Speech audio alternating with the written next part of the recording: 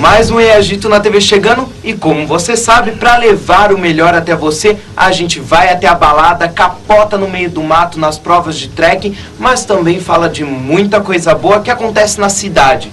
Hoje o programa é um pouquinho diferente. Vamos conversar sobre um assunto muito interessante e que a cada ano tem novos adeptos, tem jogadores até famosos e que em novembro terá um mega evento em Araraquara. Eu falo do RPG, que não é a reeducação postural global, mas é o Role Playing Game, aquele meu inglês macarrônico aqui, o Rafael que me perdoe, mas a gente está aqui no nosso estúdio conversando com o Rafael e com o Júlio, que é um pessoal bacana e expert no assunto, e também são os organizadores do evento que acontece.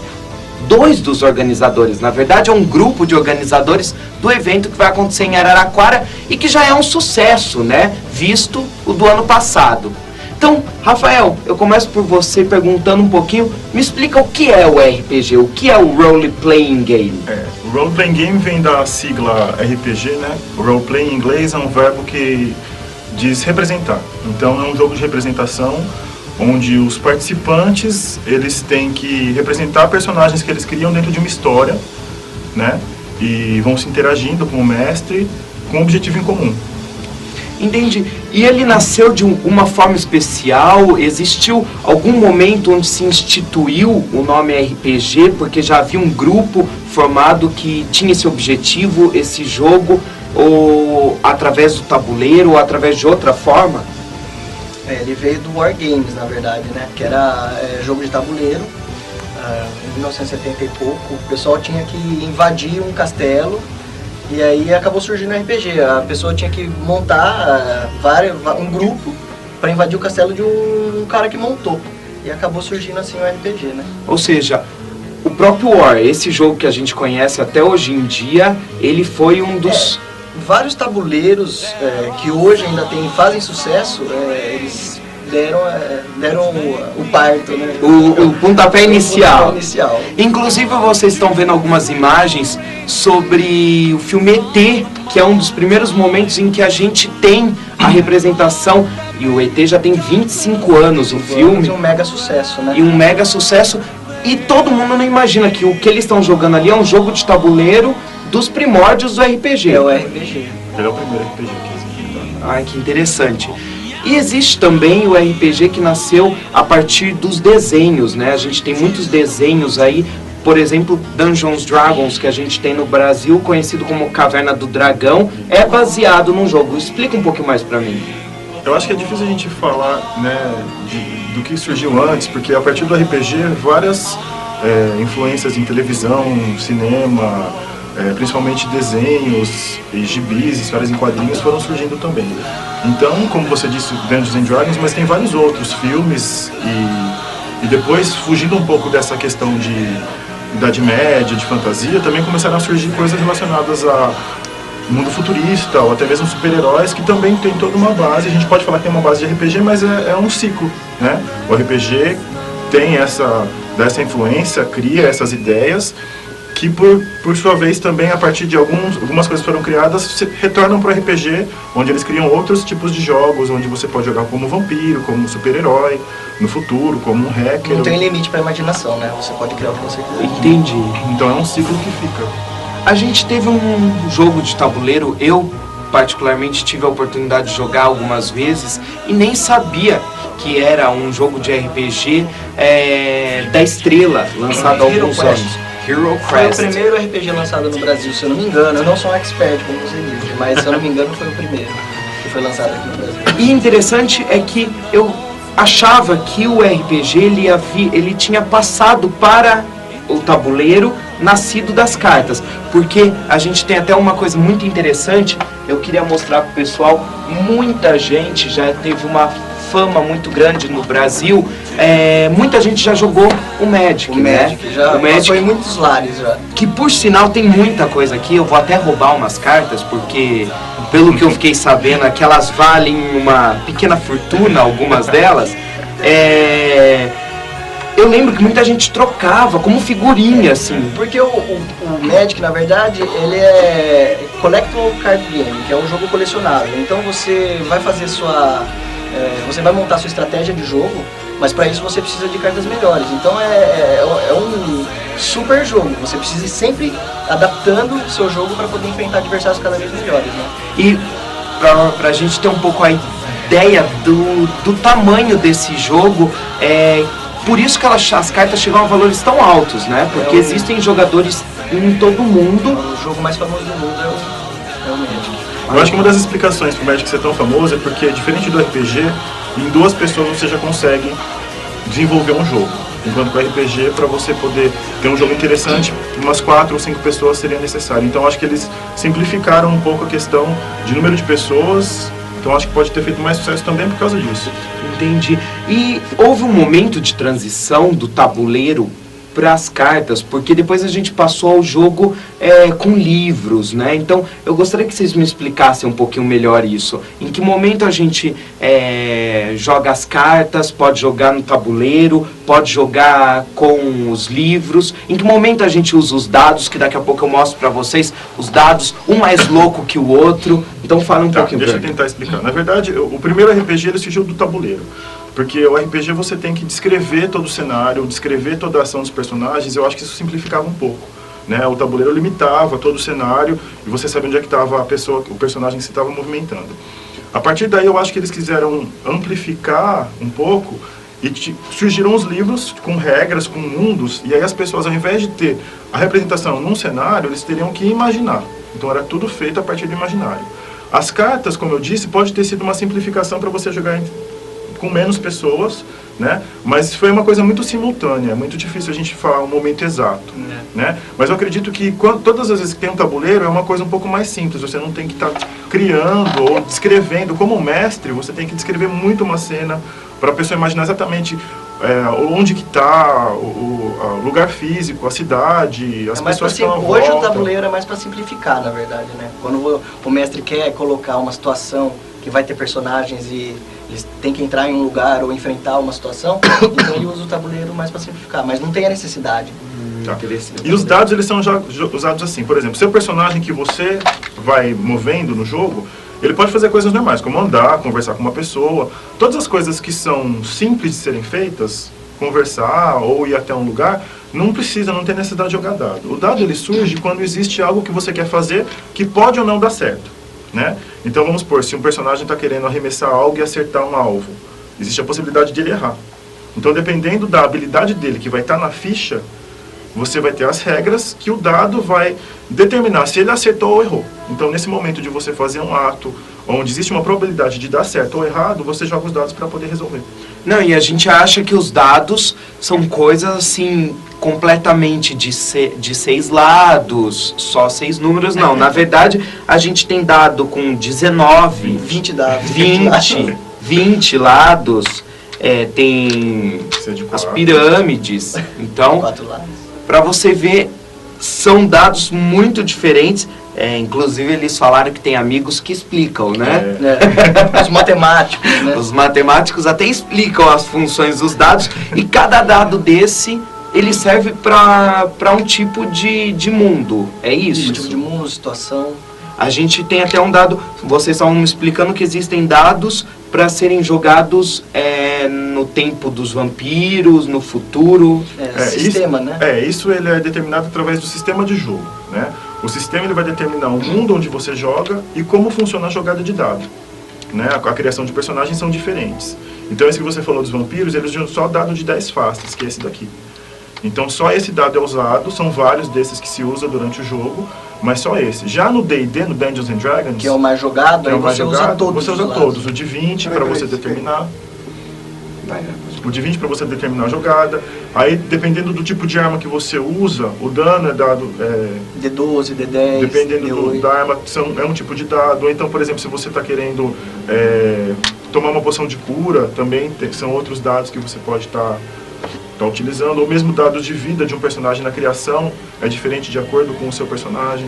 No próximo bloco, então, a gente volta e conversa mais sobre o anime, sobre o mangá, onde eles entram nesse mundo do RPG, a gente vai entender muito mais coisas. Vamos falar também sobre o RPG pedagógico, que é muito importante, e, sem dúvida nenhuma, sobre o segundo ERPGA, o evento que acontece em novembro em Araraquara. Não sai daí, Agito na TV volta já.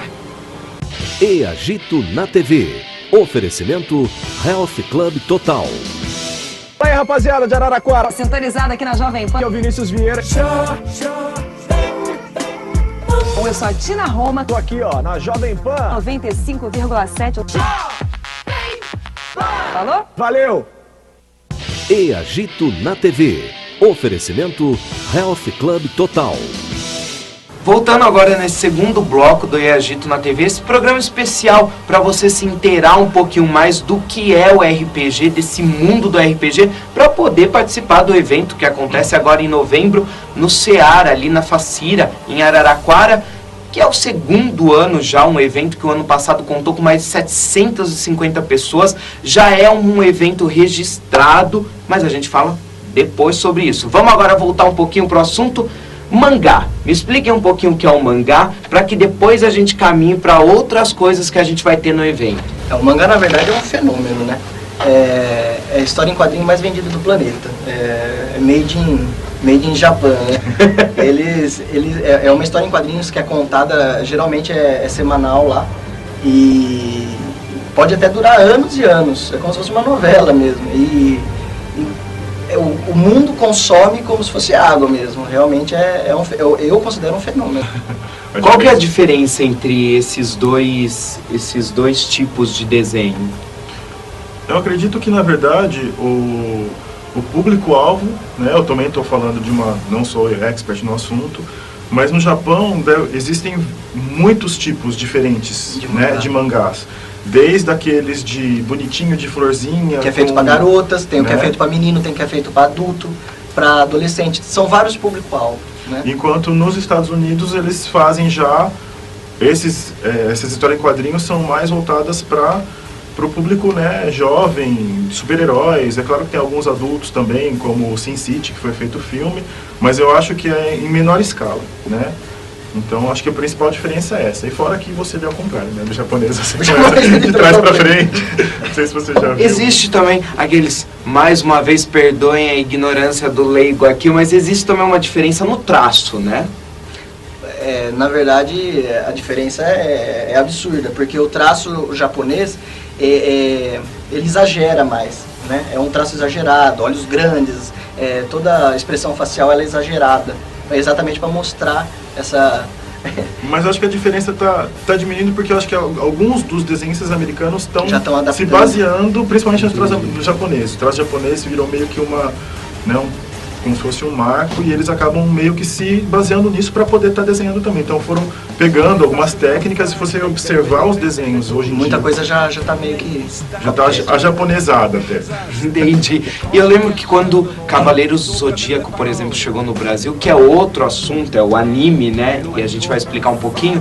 Eu lembro ainda que minha mãe comentava assim, ai, mas esses homens são feios. Ai, olha, o olho dele é enorme, né? Então, são traços que acabam hoje, a gente olha e fala, nossa, não vê muita diferença, né? A gente já trouxe para nossa cultura, né? Esses personagens, esse traço de desenho, e que na verdade está sendo muito valorizado, né? A gente vê muitos cursos hoje para se aprender a fazer os animes, a fazer o mangá. A própria língua japonesa, né? O sucesso é tão grande que eles querem absorver essa cultura, né? Interessante. Eu tô aqui na mão segurando Metrópolis, que é um anime, então a gente já passa para esse assunto. O que é o anime? O anime é o desenho não no papel, mas para televisão, né? Para ser televisionado, ou DVD, videocassete. E ele também tem muito contato com RPG, principalmente porque o mundo em que esses animes se passam é muito de fantasia, tem muitas coisas que são ou futuristas, ou até mesmo na fantasia medieval, como o D&D que a gente sempre falou, né? E o anime é interessante porque ele também tem vários públicos-alvos. E até porque é um mundo que se funde, né? Ou seja... Não dá mais pra separar. Não dá mais pra separar. Hoje em dia a gente já tem os jogos de RPG onde envolvem personagens que foram criados no mangá, no anime, né? Isso. E é interessante que o Júlio estava me explicando que muitos mangás famosos se tornaram desenhos, se tornaram os animes. Vice-versa, né? E vice-versa. E um exemplo é o próprio Cavaleiros do Zodíaco, né? Que ele é fenômeno nos dois setores, né? Tanto como o mangá como o anime, ele é devorado pelo mundo inteiro. E hoje no famoso Brasil também existe. é o Akira. Akira, o próprio Dragon Ball também. São vários, na verdade. É um maior exemplo da potência que alcançou o anime, né? É o próprio canal Animax, né? Que agora já existe fiel em todas as TVs do país, com certeza, nas TVs fechadas, e é muito assistido, é muito visto, e tem até a programação adulta, que é o que você disse referente a esse anime erótico, que é o chamado hentai.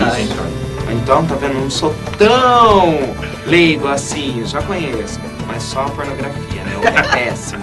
Bom, enfim, anime ou anime também, né? Então a gente conhece das duas formas, e o Rafael, que não me deixa negar com esse olho de japonês aqui, pode confirmar, anime é a forma... Anime é a forma correta falada no Japão. Ah, entender. Anime foi aportuguesado para as pessoas estarem falando.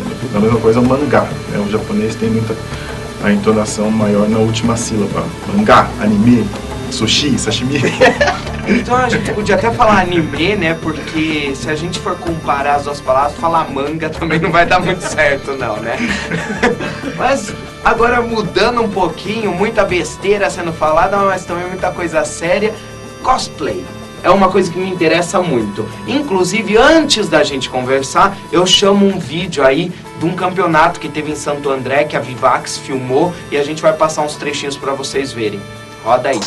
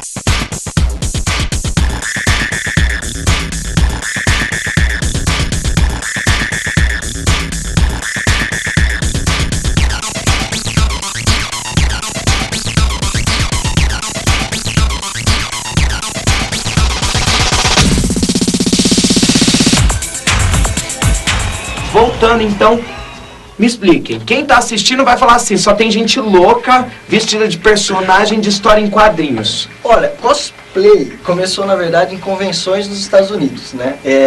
Tinha a feira de Jornada nas Estrelas, Guerra nas Estrelas, o pessoal ia fantasiado dos personagens, o Darth Vader, etc. E aí, o que aconteceu? O japonês, ele acabou fazendo um mega evento e trazendo pro personagem deles, virou uma febre. Hoje é uma febre mundial, né? E tem campeonatos mundiais, inclusive o Brasil é muito bem representado todo ano, né? Ganhando títulos internacionais. Só para o pessoal entender um pouquinho, cosplay, ele é as palavras costume play juntas. Costume em inglês, fantasia, né? Então é como se fosse um jogo de fantasias, as pessoas usam as fantasias dos personagens que eles gostam. Entendi, porque a gente vê também como o pessoal se empenha em estar muito próximo ao personagem. Então, são milhares de reais, milhares de dólares, milhares de ienes gastos, milhões de ienes gastos com essas fantasias para se chegar a uma perfeição. E existe até um jogo teatral, na verdade é um jogo teatral, de representações dos atos que acontecem no desenho, né? Então isso é muito interessante. Virou campeonato isso, né? Na verdade, essas representações, eles agora são os estilos dos campeonatos, né? De cosplay, que pode ser feito individualmente ou em grupo, fazendo essas encenações, né, em duplas. É interessante falar, né? É um momento da história onde a gente tem calabouços, onde a gente tem pragas, onde a gente tem castelos imundos, castelos... Então, é um ambiente onde se dá para criar muito, né? E também eu acho que é um ambiente onde a magia é muito mais cabível, né? Era muito mais... Assim, é mais fácil você imaginar um mago, uma feiticeira, um Merlin, né? Um Merlin, do que nos tempos atuais. Então eu acho que também cabe mais a questão da magia, da fantasia das bestas mágicas, os dragões, ou até mesmo as raças, os elfos, os anões. Né? A gente não imaginar os elfos hoje em dia, isso é meio difícil, né? Só no filme, né? Do Senhor dos Anéis. Só no Senhor dos Anéis. Bom, e agora, só pra gente finalizar esse bloco, eu tô aqui com o Rafa. O Rafa é formado em psicologia, atende em Araraquara e eu acho que é a melhor pessoa, é a pessoa indicada para me falar agora sobre essa função pedagógica do RPG. Rafa, me explica um pouquinho onde que o RPG está sendo usado com tanta importância, qual que é a função do RPG, então até nas escolas, eu li algumas matérias sobre os astronautas da NASA estarem deixando de jogar xadrez para jogar RPG. Então, me explica um pouco esse estímulo do RPG. O RPG eu acho que ele é importante porque ele substitui um pouco esse esquema hoje em dia das aulas serem uma coisa muito, eles falam depositária, né? O professor falando e os alunos só recebendo. Então eu acho que o RPG como um recurso didático, ele possibilita uma interação muito maior dos alunos, criando até um interesse maior. Por exemplo, imagina uma aula de história onde os alunos não só vão conhecer, mas como possivelmente talvez representar alguns fatos históricos, remontar essas cenas. Se infiltrar naquele momento. Então eles não vão estar mais só como receptores desse conhecimento. Eles vão estar como pesquisadores, eles vão estar indo atrás para estar representando, estar podendo participar ativamente. Eu acredito que não só em história, eu acho que em várias outras matérias. Qualquer matéria, ele aprende se divertindo, na verdade. Aí então existe até, como muda um pouco essa função do professor de só passar a matéria, eu acho que facilita o aprendizado, aumenta o interesse, né? Existem várias outras maneiras que podem ser utilizados, o próprio recurso do RPG. Eu acho que ele permite várias situações onde se torna mais interessante estar aprendendo sobre qualquer coisa.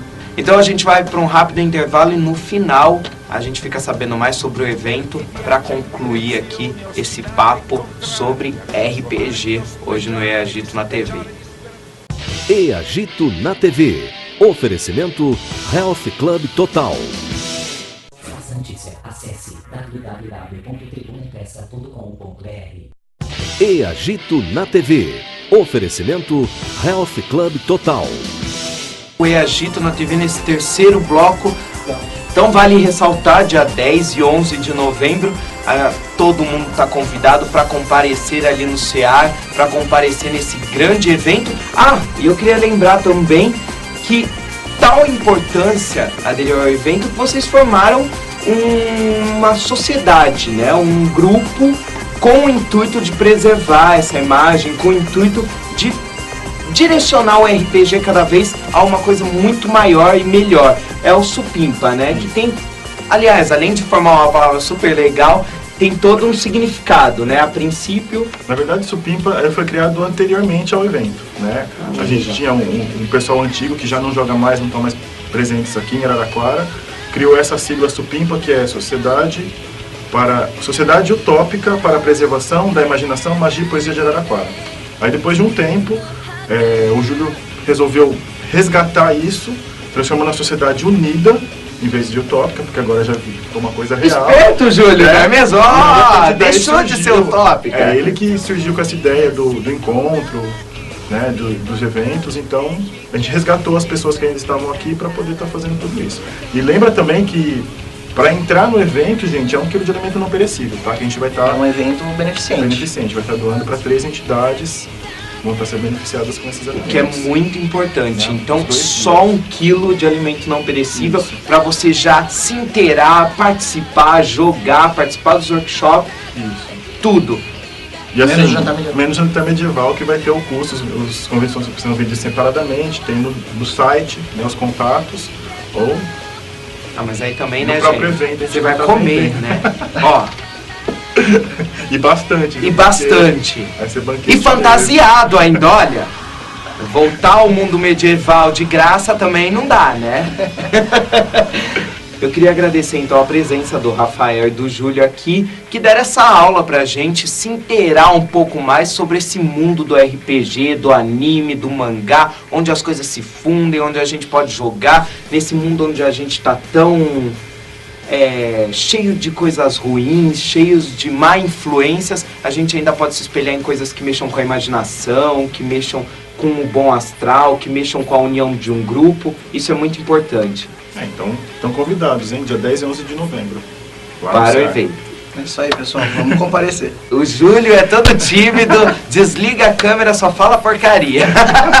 Então é isso aí. No programa de hoje vocês conheceram um pouco mais sobre RPG e sobre o segundo ERPGA, que acontece em novembro e promete movimentar muito a cidade. Mesmo nunca tendo jogado, se você se interessou por saber mais sobre o RPG, vá até o evento, leve toda a família, porque todo mundo é convidado para participar. Quer saber algo mais? Então acesse o site www.rpgararaquara.com e fique por dentro de tudo. O EAGITO e o EAGITO na TV apoiam a prática do RPG e apoiam a ideia do evento que está crescendo cada ano na cidade. Na próxima semana tem mais EAGITO na TV pra você, então já sabe. Continua acessando o maior portal de entretenimento e balada de Araraquara e toda a região. Mande-nos suas dúvidas, sugestões e principalmente os elogios.